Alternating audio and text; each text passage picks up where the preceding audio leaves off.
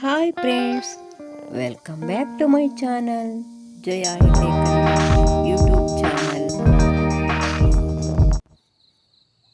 ನಮ್ಮ ಗುಲಾಬಿ ಗಿಡಗಳಲ್ಲಿ ಚೆನ್ನಾಗಿ ಹೂ ಬರಲಿಕ್ಕೆ, ಚಿಗುರು ಬಂದು ಯಾವುದೇ ರೀತಿ ಫಂಗಸ್ ಆಗದೆ ಒಳ್ಳೆ ರೀತಿ ಚಿಗುರು ಬಂದು ಮೊಗ್ಗು ಬಿಟ್ಟು ಆ ಮೊಗ್ಗು ಹೂವಾಗಿ ಎಲ್ಲ ಆಗಲಿಕ್ಕೆ ಒಂದು ಒಳ್ಳೆಯ ಪೆಸ್ಟಿಸೈಡು ಮತ್ತು ಫಂಗಿಸೈಡು, ಇನ್ಸೆಕ್ಟಿಸೈಡು ಎಲ್ಲ ರೀತಿಯಿಂದ ಫರ್ಟಿಲೈಸರ್ ಆಗಿ ಕೆಲಸ ಮಾಡುವಂಥ ಬೆಳ್ಳುಳ್ಳಿಯ ಬಗ್ಗೆ ನಾನಿವತ್ತು ವಿಡಿಯೋ ಮಾಡ್ತಾಯಿದ್ದೀನಿ. ಅದರಿಂದ ಏನೇನು ಉಪಯೋಗ ಮತ್ತು ಅದನ್ನು ಮಾಡೋದು ಹೇಗೆ, ಅದು ಯಾವ್ಯಾವ ರೀತಿಯಿಂದ ಉಪಯೋಗಿಸ್ಬೋದು ಅನ್ನೋದನ್ನು ನಾನು ಇಲ್ಲಿ ಡೀಟೇಲ್ ಆಗಿ ಹೇಳ್ತೀನಿ. ನೀವು ನನ್ನ ಚಾನಲ್ಗೆ ಹೊಸಬರಾದರೆ ಸಬ್ಸ್ಕ್ರೈಬ್ ಮಾಡ್ಕೊಳ್ಳಿ. ಹಾಗೆ ಪಕ್ಕದಲ್ಲಿರೋ ಬೆಲ್ಲೈಕನ್ ಕ್ಲಿಕ್ ಮಾಡಿ. ಬೆಲ್ಲೈಕನ್ ಕ್ಲಿಕ್ ಮಾಡೋದ್ರಿಂದ ನಾನು ಹಾಕೋ ಎಲ್ಲ ವಿಡಿಯೋದ ನೋಟಿಫಿಕೇಷನ್ ನಿಮಗೆ ಬರುತ್ತೆ. ನೀವು ಎಲ್ಲ ವಿಡಿಯೋಸನ್ನು ನೋಡ್ಬೋದು. ಹಾಗೆ ಒಂದು ಲೈಕ್ ಮಾಡಿಬಿಡಿ ಫ್ರೆಂಡ್ಸ್. ನಿಮ್ಮ ಲೈಕ್ ನನಗೆ ಪ್ರೋತ್ಸಾಹ ಕೊಡುತ್ತೆ. ನಾವು ನಮ್ಮ ಗುಲಾಬಿ ಗಿಡಗಳನ್ನು ಕಟ್ ಮಾಡಿ ಅವುಗಳಿಗೆ ಕಾಲಕ್ಕೆ ಫರ್ಟಿಲೈಸರ್ಗಳನ್ನು ಕೊಡ್ತಾ ಇರಬೇಕು. ಹಾಗೆ ಪೆಸ್ಟಿಸೈಡ್ ಕೂಡ ಸ್ಪ್ರೇ ಮಾಡ್ತಾ ಇರಬೇಕು. ಮತ್ತು ಯಾವುದೇ ಬೇರುಗಳಿಗೂ ಕೂಡ ಯಾವುದೇ ರೀತಿ ಫಂಗಸ್ ಆಗದಂತೆ ಅದನ್ನು ತಡಿಬೇಕು. ಹಾಗಿದ್ದರೆ ಮಾತ್ರ ನಮ್ಮ ಗಿಡಗಳು ಚೆನ್ನಾಗಿ ಹೂ ಬಿಡುತ್ತೆ ಮತ್ತು ಅದು ಆರೋಗ್ಯವಾಗಿ ಬೆಳೆಯುತ್ತೆ. ಹಾಗಾಗಿ ನೋಡಿ, ಕಟ್ ಮಾಡಿ ನಾವು ಅದನ್ನು ಒಳ್ಳೆಯ ರೀತಿಯಲ್ಲಿ ಪೋಷಣೆ ಮಾಡಿದರೆ ಅದು ಚೆನ್ನಾಗಿ ಹೂ ಬಿಡುತ್ತೆ.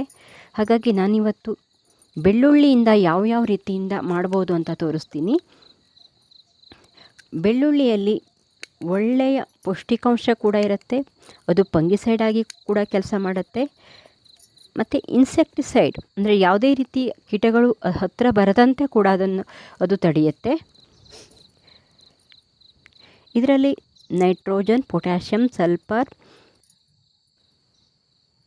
ಫಾಸ್ಫರಸ್, ವಿಟಮಿನ್ ಎ, ಸಿ ಎಲ್ಲ ಇರೋದ್ರಿಂದ ಇದು ಒಳ್ಳೆಯ ಫರ್ಟಿಲೈಸರ್ ಆಗಿ ಕೆಲಸ ಮಾಡುತ್ತೆ. ಹಾಗೆ ನಮ್ಮ ಗಿಡಗಳು ಒಳ್ಳೆಯ ರೀತಿ ಬೆಳವಣಿಗೆಗೂ ಕೂಡ ಇದು ಸಹಾಯ ಮಾಡುತ್ತೆ. ನೋಡಿ, ನಾವಿಲ್ಲಿ ಬೆಳ್ಳುಳ್ಳಿ ಸಿಪ್ಪೆನ ತೊಗೊಂಡಿದ್ದೀನಿ. ಮೊದಲನೇದಾಗಿ ಬೆಳ್ಳುಳ್ಳಿ ಸಿಪ್ಪೆಯಿಂದ ನಾವು ಒಂದು ಒಳ್ಳೆಯ ಫರ್ಟಿಲೈಸರನ್ನು ತಯಾರು ಮಾಡ್ಬೋದು.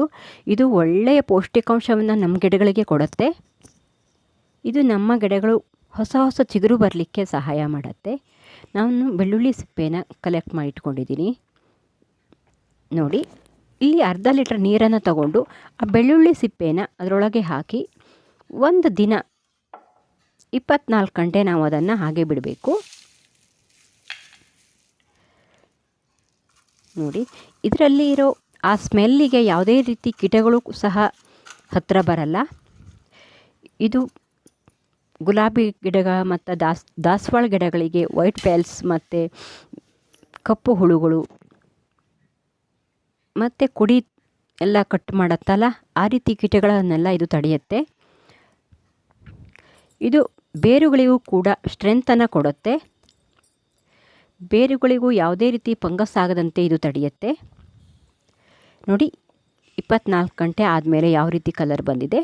ಇದನ್ನು ನಾವು ಸೋಸಿ ಗಿಡಗಳಿಗೆ ಹಾಕಬೇಕು. ಇದನ್ನು ಹಾಗೆ ಹಾಕಿದರೂ ಪರವಾಗಿಲ್ಲ, ಡೈಲ್ಯೂಟ್ ಮಾಡೋದೇನೂ ಬೇಕಾಗಲ್ಲ. ಹಾಗೆ ಅದನ್ನು ಸೋಸ್ಕೊಂಡು ಗಿಡಗಳಿಗೆ ಹಾಕ್ಬೋದು.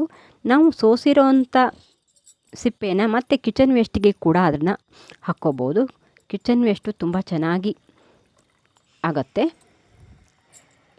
ಕಿಚನ್ ವೇಸ್ಟಿಗೂ ಅದನ್ನು ಹಾಕಿ ಗೊಬ್ಬರ ಮಾಡ್ಕೋಬೋದು. ಇದನ್ನು ನಾವು ಎಲೆಗಳಿಗೂ ಕೂಡ ಸಿಂಪಡಣೆ ಮಾಡ್ಬೋದು. ಇದರಿಂದ ಮೊಗ್ಗುಗಳು ಉದುರುವುದು ಎಲ್ಲ ಕಡಿಮೆ ಆಗುತ್ತೆ. ಇದು ಒಳ್ಳೆಯ ಪೌಷ್ಟಿಕಾಂಶ ಆಗಿರೋದ್ರಿಂದ ಗಿಡಗಳಿಗೆ ಎಲ್ಲ ರೀತಿಯ ಬೆಳವಣಿಗೆಗೂ ಇದು ಸಹಾಯ ಮಾಡುತ್ತೆ. ನೋಡಿ, ನಾವಿಲ್ಲಿ ನೋಡಿ, ಗಿಡದ ಬುಡದಲ್ಲೂ ಬೆಳ್ಳುಳ್ಳಿ ಸಿಪ್ಪೆನ ಈ ರೀತಿ ಹಾಕ್ಕೋಬೋದು. ಮಲ್ಚಿಂಗ್ ರೂಪದಲ್ಲಿ ಹಾಕಿದರೆ ಅದು ಅಲ್ಲೇ ಗೊಬ್ಬರ ಆಗುತ್ತೆ. ಅದು ನಿಧಾನವಾಗಿ ಕಂಪೋಸ್ಟ್ ಆಗುತ್ತೆ. ನೋಡಿ, ಈ ರೀತಿ ನಾವು ಲಿಕ್ವಿಡ್ ಮಾಡಿ ಹಾಕೋದ್ರಿಂದ ಗಿಡಗಳಿಗೆ ತಕ್ಷಣ ಪೌಷ್ಟಿಕಾಂಶ ದೊರೆಯುತ್ತೆ. ಹಾಗಾಗಿ ಲಿಕ್ವಿಡ್ ಮಾಡಿ ಹಾಕಿದರೆ ತುಂಬ ಚೆನ್ನಾಗಿ ಅದು ಕೆಲಸ ಮಾಡುತ್ತೆ, ಬೇಗ ರಿಸಲ್ಟ್ ಕೊಡುತ್ತೆ. ನೋಡಿ, ಎಷ್ಟು ಚೆನ್ನಾಗಿ ಹೂ ಬಿಟ್ಟಿದೆ ಇದು. ನೋಡಿ, ತುಂಬ ಚೆನ್ನಾಗಿ ಹೂ ಬಿಡುತ್ತೆ. ನಾವು ಎಲ್ಲ ಪೌಷ್ಟಿಕಾಂಶನೂ ಕೂಡ ಗಿಡಗಳಿಗೆ ಕೊಡ್ತಾನೇ ಇರಬೇಕಾಗತ್ತೆ. 15 ದಿವಸಕ್ಕೊಮ್ಮೆ ಇದನ್ನು ಹಾಕ್ಬೋದು. ನೋಡಿ, ಇದು ಬೆಳ್ಳುಳ್ಳಿನ ಬಿಡಿಸ್ಕೊಂಡು ನಾನಿಲ್ಲಿ ಪೆಸ್ಟಿಸೈಡನ್ನು ಮಾಡ್ತಾಯಿದ್ದೀನಿ. ಇದನ್ನು ಬೆಳ್ಳುಳ್ಳಿನ ನಾನು ಜಜ್ಜಿ ನೀರಲ್ಲೇ ಹಾಕಿ 1 ದಿನ ಹಾಗೆ ಬಿಡಬೇಕು. ಇದನ್ನು ನಾವು ಗಿಡಗಳಿಗೆ ಸ್ಪ್ರೇ ಮಾಡಬೇಕು.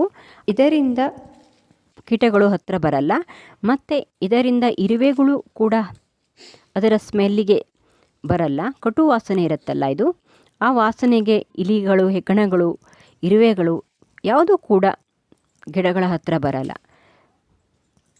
ನೋಡಿ, ಈ ರೀತಿ ಜಜ್ಜಿ ಒಂದು 4ರಿಂದ 5 ಎಸಳು ಬೆಳ್ಳುಳ್ಳಿನ ತಗೊಂಡ್ರೆ ಸಾಕು. ನಾವು 1 ಲೀಟ್ರ್ ನೀರಿಗೆ ಇದನ್ನು ಹಾಕ್ಕೋಬೋದು. ಆಮೇಲೆ 1 ಲೀಟ್ರ್ ನೀರಿಗೆ ಇದನ್ನು ಹಾಕಿ ನಾವು ಡೈಲ್ಯೂಟ್ ಮಾಡಿ ಗಿಡಗಳಿಗೆ ಇದನ್ನು ಸಿಂಪಡಣೆ ಮಾಡ್ಬೋದು. ನೋಡಿ, ಚೆನ್ನಾಗಿ ಜಜ್ಜಿ ನೀವು ಇದನ್ನು ಮಿಕ್ಸಿಗೆ ಹಾಕಿ ರುಬ್ಬಿ ಪೇಸ್ಟ್ ಮಾಡಿ ಕೂಡ ಹಾಕ್ಬೋದು. ಚೆನ್ನಾಗಿ ಜಜ್ಜಿ ಹಾಕಿದರೂ ಪರವಾಗಿಲ್ಲ. ಇದನ್ನು ನಾವು 1 ದಿನ ಇದನ್ನು ಹಾಗೆ ನೀರಿಗೆ ಹಾಕಿ ಬಿಡಬೇಕು. ಆಮೇಲೆ ಅದು ಚೆನ್ನಾಗಿ ನೀರಲ್ಲಿ ಮಿಕ್ಸ್ ಆಗಿ ಮಾರನೇ ದಿನ ಅದನ್ನು ನಾವು ಎಲ್ಲ ಗಿಡಗಳಿಗೂ ಸ್ಪ್ರೇ ಮಾಡ್ಬೋದು. ಅದು ಒಳ್ಳೆಯ ಕೀಟನಾಶಕ ಆಗಿ ಕೆಲಸ ಮಾಡುತ್ತೆ. ಯಾವುದೇ ರೀತಿ ಕೀಟಗಳನ್ನು ಹತ್ತಿರ ಬರದಂತೆ ಕೂಡ ತಡೆಯುತ್ತೆ ಇದು ಎಲೆ ಮುರುಟು ರೋಗ ನಮ್ಮ ಮೆಣಸಿನ ಗಿಡದಲ್ಲಿ, ಟೊಮೆಟೊ ಗಿಡದಲ್ಲಿ, ಮತ್ತು ಗುಲಾಬಿ ಗಿಡ, ದಾಸವಾಳ ಗಿಡ ಇವೆಲ್ಲವಕ್ಕೂ ಎಲೆ ಮುರುಟು ರೋಗ, ಕಪ್ಪು ಹೇನು ಇವಕ್ಕೆಲ್ಲ ತುಂಬಾ ಒಳ್ಳೆ ಪೆಸ್ಟಿಸೈಡ್ ಆಗಿ ಕೆಲಸ ಮಾಡುತ್ತೆ. ಇವೆಲ್ಲವನ್ನು ಹತೋಟಿ ಮಾಡಲಿಕ್ಕೆ ಇದು ಸಹಾಯ ಮಾಡುತ್ತೆ. ನಾವು ಇದನ್ನು ಎಲ್ಲ ಗಿಡಗಳಿಗೂ ಬಳಸ್ಬೋದು. ಪ್ರತಿಯೊಂದು ಗಿಡ, ತರಕಾರಿ ಗಿಡ, ಗುಲಾಬಿ ಗಿಡ, ದಾಸವಾಳ ಗಿಡ ಮತ್ತು ಸೇವಂತಿಗೆ ಗಿಡ, ಹೀಗೆ ಪ್ರತಿಯೊಂದು ಗಿಡಕ್ಕೂ ನಾವು ಇದನ್ನು ಇನ್ಸೆಕ್ಟಿಸೈಡ್ ಆಗಿ, ಪೆಸ್ಟಿಸೈಡ್ ಆಗಿ, ಫರ್ಟಿಲೈಸರ್ ಆಗಿ ಬಳಸ್ಬೋದು. ನೋಡಿ, ಇದು ಮಾರನೇ ದಿನ ನಾನು ಇಲ್ಲೊಂದು ಬೌಲನ್ನು ತೊಗೊಂಡು ಅದನ್ನು ಸೋಸ್ಕೊಳ್ತೀನಿ. ನಾನು 1 ಬೌಲ್ ನೀರು ತೊಗೊಂಡು 2 ಬೌಲಿಗೆ ನೀರಿಗೆ ಹಾಕ್ಕೊಳ್ತೀನಿ. ಈ ಬೆಳ್ಳುಳ್ಳಿ ನೀರನ್ನು 1 ಬೌಲ್ ತೊಗೊಂಡ್ರೆ